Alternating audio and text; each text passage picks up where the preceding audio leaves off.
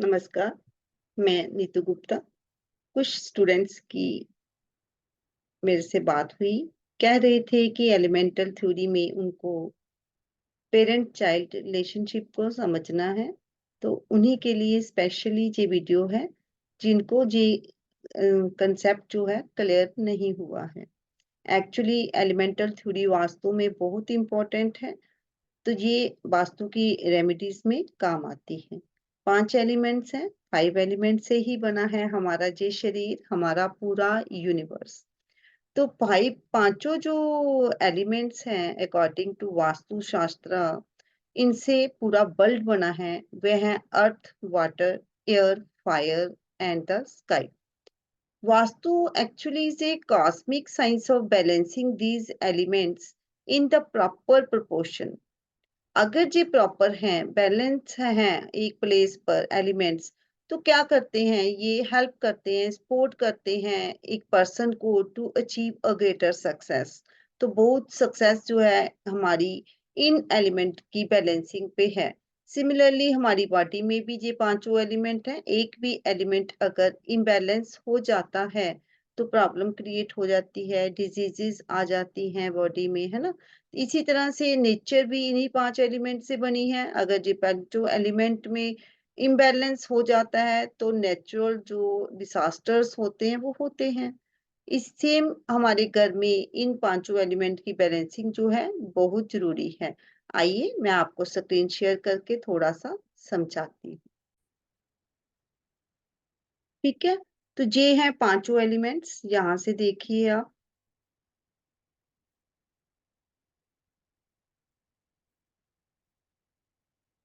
पांचों elements water, air जहाँ पे वुड लिखा है, फायर, अर्थ एंड स्पेस। ये पांचों ही एलिमेंट एक दूसरे को क्रिएट करते हैं। क्रिएट मीन्स पैदा करना, बनाना। वाटर, वाटर जो है इससे क्या बनता है? वाटर जब भी, वाटर आता कहाँ से है? आकाश से, है ना, स्काई से आता है, आसमान से आता है, स्काई एलिमेंट से बनता है। जब भी ये धरती पर गिरता है वाटर, तो क्या उगता है? बेस तो पृथ्वी है ना, अर्थ। उगता क्या है वहां पे? ट्रीज, एयर, एयर एलिमेंट आ गया। फिर देखो एयर से लकड़ी है तो उसको क्या मिलता है हमें लकड़ी से? फायर मिलती है। फायर आ गई, फायर एलिमेंट क्रिएट हो गया। अब फायर जो लकड़ी है, जो राख है, जब वो ठंडी हो जाती है तो क्या बनता है? अर्थ बन जाती है। इसी तरह से अर्थ के 2 टाइप में आ जाता है मेटल। कैसे? कुछ मेटल अर्थ के ऊपर है जो कि स्काई आ गया, और जो अंदर दबा है, मोल्टन फॉर्म में है, मेटल है जो डग करके अर्थ से निकलते हैं, वो क्या है? मेटल है। तो मेटल भी आ गया जो अर्थ के अंदर है, और ऊपर जो है वो क्या आ गया आपका? स्काई। स्काई से फिर क्या आ जाता है? फिर से ये सिस्टम जो है इसी तरह से क्रिएशन का साइकिल जो है ये चलता रहता है। इसे अंडरस्टैंड हमको करना है। अभी अगर हम देखें वाटर से क्या सिंबलाइज होता है? वाटर से मीन्स फ्लो। ठीक है, वाटर मैंने फ्लो, वाटर फ्लो करता है। ठीक है, आपकी लाइफ में अपॉर्चुनिटीज को लाता है, ब्रिंग्स करता है। सिमिलरली जो एयर है ये क्या है? ये मूवमेंट बताती है। कहीं ना कहीं जब वाटर क्या हो गया इसका? क्रिएटर, एयर का। हम पेरेंट भी इसको कह सकते हैं क्योंकि हम समझ रहे हैं पेरेंट चाइल्ड एलिमेंट साइकिल। तो देखो वाटर, तो एयर में क्या आ गई? मूवमेंट। तो एयर हमारी थॉट प्रोसेस, हमारे आइडियाज। इसी तरह से फायर, फायर क्या आ गई हमारी? अ, अम, हमारी अंदर स्पार्क, काम करने की इच्छा का, काम करने, हमारा पैशन। हम हमारे अंदर जो क्रिएटिविटी है वो क्या है? फायर है।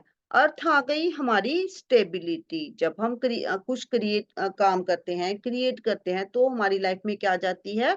स्टेबिलिटी आ जाती है।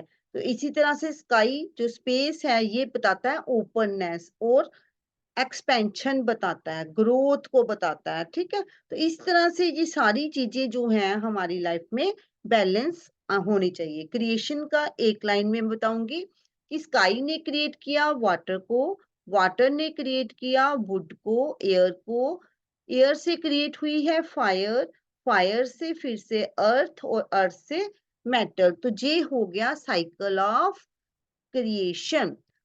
अब हमें कंसेप्ट क्लियर करना है पेरेंट और चाइल्ड का। अब पेरेंट का मतलब क्या हो गया? देखो, वाटर अगर एयर को क्रिएट कर रहा है तो वाटर क्या हो गया? पेरेंट। ठीक है? पेरेंट हो गया। और क्रिएट कौन हुआ? चाइल्ड ना। तो एयर क्या हो गया उसका? चाइल्ड। ये जो कंसेप्ट है रेमेडीज में काम आता है, इसलिए इसको हम समझेंगे। मैं एक एक स्टेप समझाऊंगी आपको। वाटर ने किसको क्रिएट किया? एयर को। तो एयर का पेरेंट कौन है? वाटर। और वाटर का चाइल्ड कौन है? एयर। ठीक है। अब वाटर का पेरेंट वाटर को क्रिएट किया स्काई ने, स्पेस ने। तो स्पेस क्या है? वाटर का पेरेंट। और स्पेस का चाइल्ड कौन बन गया? वाटर। ठीक है। इसी तरह से वुड ने क्रिएट किया फायर को। तो फायर क्या आ गई? एयर का चाइल्ड। और एयर क्या बन गई फायर के लिए? उसका पेरेंट। सिमिलरली अर्थ क्या है? फायर का चाइल्ड है। और फायर क्या है? अर्थ का पेरेंट। अर्थ क्या है? अगर पेरेंट है तो चाइल्ड कौन होगा उसका? स्पेस, क्योंकि स्पेस अर्थ से ही निकला है। मींस कहने का जो वाटर की कैरेक्टरिस्टिक्स है, वाटर है चाहे वो दिखे चाहे ना दिखे। देखो, एयर में वाटर इनबिल्ट है, प्रेजेंट है। इसी तरह से फायर में एयर, बिना एयर के फायर नहीं होती। ठीक है। तो फायर में एयर इनबिल्ट है। सिमिलरली अर्थ में फायर है। और स्पेस में कहीं ना कहीं अर्थ एलिमेंट इनबिल्ट होता है। अब भी हम समझेंगे कि किस तरह से ये कंट्रोल और पेरेंट साइकिल क्या कहाँ काम आता है। देखो, जब भी जब भी बच्चों को जरूरत पड़ती है, पेरेंट्स क्या करते हैं? उनकी हेल्प करते हैं। वो अपने बच्चों को कभी नुकसान नहीं पहुंचाना चाहते हैं। तो जब भी पेरेंट मींस एयर एलिमेंट, अब डायरेक्शंस आपको पता होनी चाहिए, इनके मेटल्स, इनके कलर, इनकी शेप। ठीक है। तो वो ध्यान में रखते हुए जब भी एयर वीक पड़ जाती है, कमजोर पड़ जाती है, मींस ईस्ट डायरेक्शन में प्रॉब्लम आ जाती है, हेल्प कौन करेगा? पेरेंट। वाटर क्या करेगा वहां पे? हेल्प करेगा। समझने की कोशिश करो कि पेरेंट वाटर क्या करेगा? वो एयर की हेल्प करेगा। और जब भी पेरेंट कभी भी उनमें झगड़ा हो जाए, ठीक है, अनकंट्रोल हो जाए, आउट ऑफ कंट्रोल जब पेरेंट हो जाते हैं, तो हमेशा उनको कंट्रोल कौन करता है? चाइल्ड। कैसे करेगा वो उनको कंट्रोल? देखो, जब भी मम्मी पापा में झगड़ा हो रहा होता है, बच्चा जब बीच में आ जाता है तो वो शांत हो जाते हैं। ठीक है। पेरेंट शांत हो जाते हैं। तो यही है पेरेंट चाइल्ड का कंसेप्ट, कि जब भी चाइल्ड वीक होगा, उसकी हेल्प करेगा पेरेंट। और जब भी पेरेंट्स जो हैं वो आउट ऑफ कंट्रोल हो जाएंगे, तो मदद करेगा चाइल्ड। अभी देखो, वाटर आपके घर में ज्यादा है। ठीक है। मीन्स ज्यादा मीन्स आउट ऑफ कंट्रोल हो गया। अब इसको कम कैसे करेंगे? हेल्प कौन करेगा? हमारे एयर एलिमेंट क्या करेगा? जब भी वाटर आउट ऑफ कंट्रोल होगा तो एयर हेल्प करेगा। और जब भी ईस्ट डायरेक्शन वीक है, कट आ गया, एक्सटेंशन आ गई, या फिर कम पड़ गया, या वहाँ ग्रीन कलर कम है, कुछ भी हो सकता है, घर में ईस्ट में प्रॉब्लम आ गई, तो हेल्प कौन करेगा वहां पे? वाटर। आप कलर की हेल्प ले सकते हो, मेटल की हेल्प ले सकते हो, उसके एलिमेंट्स की हेल्प ले सकते हो, शेप्स की हेल्प ले सकते हो। किसी भी तरह से आप उस एलिमेंट को वहां पे इनहांस कर सकते हो, अपनी रेमेडीज बना सकते हो। तो जब भी फायर वीक पड़ गई, मीन्स चाइल्ड है ना, फायर किसका चाइल्ड है? एयर का। तो हेल्प कौन करेगा? एयर। ठीक है। और जब भी एयर आउट ऑफ कंट्रोल हो गई, तो कौन करेगा उसको कंट्रोल? उसका चाइल्ड मींस फायर। सिमी सभी में यही कंसेप्ट लगेगा। जब भी अर्थ जो है वीक पड़ जाएगी, हमेशा फायर उसकी हेल्प करेगा। मेटल स्पेस वीक पड़ गया तो अर्थ उसकी हेल्प करेगा। और जब भी आउट ऑफ कंट्रोल हो गया अर्थ, तो हेल्प कौन करेगा? मेटल। स्पेस। फायर जो है आउट ऑफ कंट्रोल ज्यादा हो गई, तो हेल्प कौन करेगा? अर्थ। ठीक है। अर्थ उसको जाके कंट्रोल करेगा। तो ये पेरेंट चाइल्ड कंसेप्ट है। मैंने तो अपने से एफर्ट लगाया है कि आपको समझ में आ जाए। आई होप आपको समझ में आ गया होगा। नहीं है तो आप क्वेश्चन पुट कर सकते हैं।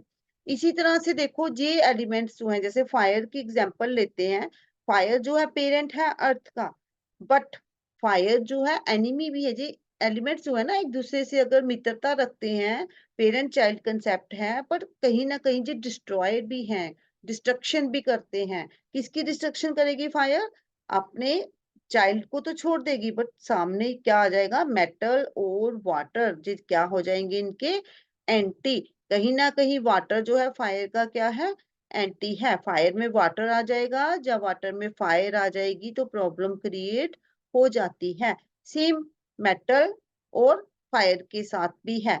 फायर में मेटल आ गया, जब मेटल में फायर आ गई, स्पेस में फायर आ गई, तब भी सेम प्रॉब्लम क्रिएट होती है क्योंकि ये क्या करते हैं? डिस्ट्रॉय करते हैं एक-दूसरे को, ब्लॉक कर देते हैं इनके कैरेक्टरिस्टिक्स को। इस तरह से हम इनको समझेंगे।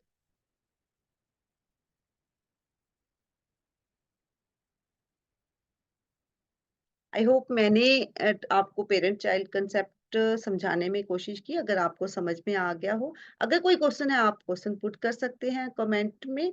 तो किसी को वास्तु सीखना है तो वो भी सीख सकते हैं। तो कॉन्टैक्ट करिए अगर आपको कंप्लीटली वास्तु मुझसे सीखना है। धन्यवाद।